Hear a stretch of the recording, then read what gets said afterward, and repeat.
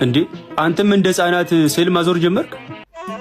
የችጋርና የድህነት ብራንድ አምባሳደር ኮንኩ ሰነባበትኩ። ደህና ለብሼ ላየኝ ሰው ኪሴ በረብጣ የተሞላ እንጂ ያጣ የነጣ ነው ብሎ የሚገምት የለም። ቁርስና ምሳዬን አጠጋግቼ 5 ሰዓት ላይ በላና ራቴን ደግሞ በህልሜ ሻኛና ዳዊቱን ስቆርጥ አድራለሁ።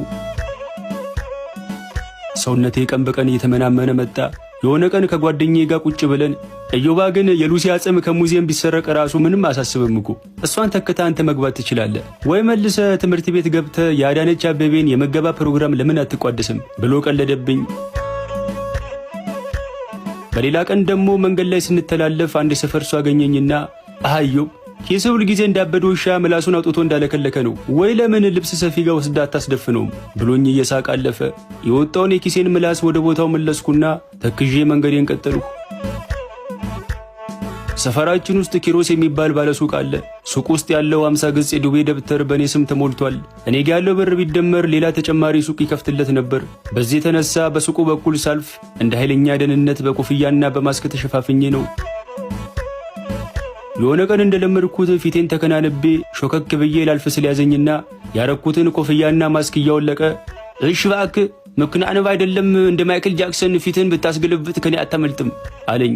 አረ ኪሮሴ እንደሱ እኮ አይደለም ትንሽ ቂቤ ያለው ወጥ በልቼ እኮ ምች እንዳይመታኝ ብዬ ነው ፊቴን የሸፈንኩት። ሙጭ አይደለም ገና እኔ ልመታ አይደል እንዴ? ለምንድን ነው ቆይ ዳን ማትከፍለው ነው ወይስ ከቤት ዘነዘና አጥቻ አናት ልቅፈለው? አረ ምን በወጣ አንተ የኔና ናት ከፍለዳውስ የምትገባው ቀጣይ ሳምንት ደሞዝ ስለሚወጣ የዛኑ ቀን አምጥቼ ከፍላለሁ። ነግሬ ያለው ባልከው ቀን ማትከፍል ከሆነ መቀመጫህን ነው በሳንጃ መውጋል አለኝና ወደ ሱቁ ሄደ።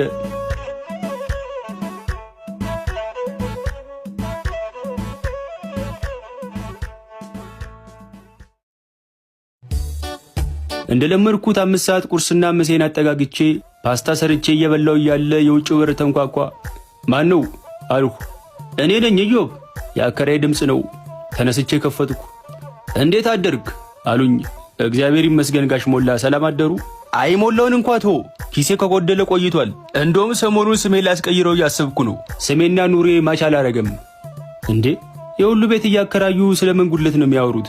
በወር እኮ ከ100 ሺህ ብር በላይ ነው የሚያገኙት አልኳቸውና ይህ ሁሉ ሀብትና ንብረት ኖሯቸው እንዲህ ካማረሩ እኔ መናጤውማ በሙሉ አቅሜ ገና ማማረር አልጀመርኩም አልኩ በልቤ።